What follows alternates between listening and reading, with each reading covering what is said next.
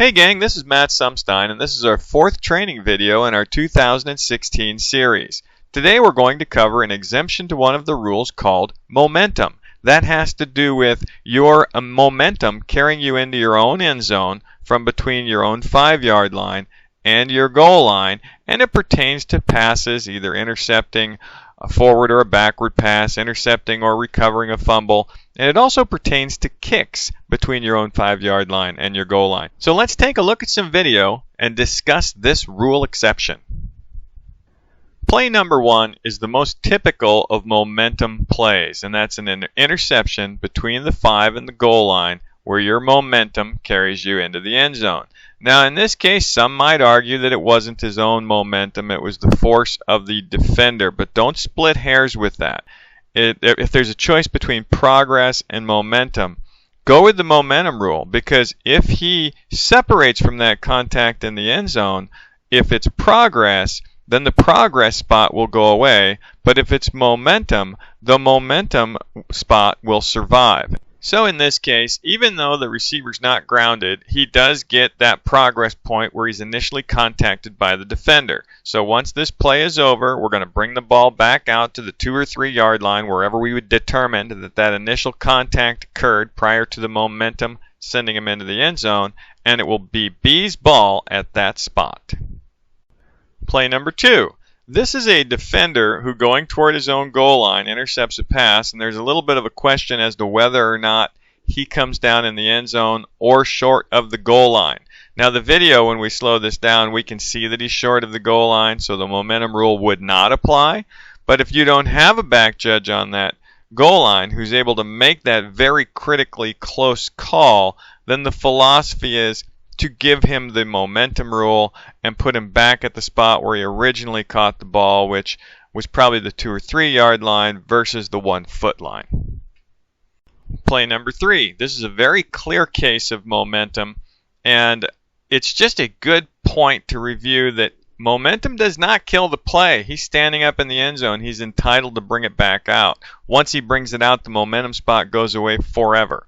So you can see that the defender gets it at about the 4, his momentum carries it in, he brings it out, now the spot's gone. Be careful, don't get whistle happy on this. You can see in this still frame the back judge is putting the whistle in his mouth. The play's not even close to being over. So what you have to remember is let the plays develop before you start getting close to getting on that whistle. Play number 4, another interception between the 5 and the goal line. And this time the receiver is contacted and backs into the end zone. Now these are very tight plays, and many times it's going to come down to just a couple of inches or even a fraction of an inch as to whether or not the ball's in the end zone or not. All of these plays, by virtue of this exception, are very close to the goal line because the exception only applies between the 5 and the goal line. So again, the philosophy is when in doubt, he's in the end zone, and the momentum rule applies. Play number 5. Now this is a free kick, and I like this example because the ball is on the ground, and we talked about the momentum applying to picking up kicks between the 5 and the goal line, and also intercepting forward or backward passes, or recovering a fumble or intercepting a fumble. So all of these possible options can have a momentum exception attached to them. So in this case, we're going to bring the ball back out to the 4 or the 5 yard line. It'll be 1st and 10 for the receiving team.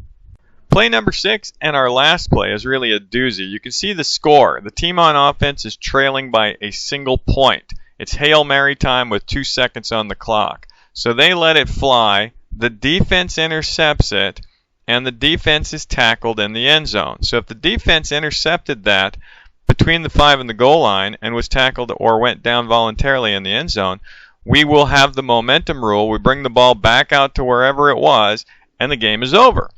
But in this case, you can see that he intercepts it at the 6 yard line, and then he carries it into the end zone. That's outside of the exception to the momentum rule, and if he goes down in the end zone now, it's a safety. And as we already discussed, this is a 1-point ball game. So we have to remember we have philosophies for both lines, the goal line and the 5 yard line. If there's a question as to whether or not he's at or inside the 5, he is. If there's a question as to whether or not he's in the field of play or in the end zone, he's in the end zone. So we have to make sure that we apply those philosophies correctly in order to get these rules right. And as you can see by this last play, sometimes it can make the difference in the game. Hope you guys enjoyed this. Continue to do your good work throughout the season, and we'll talk with you soon.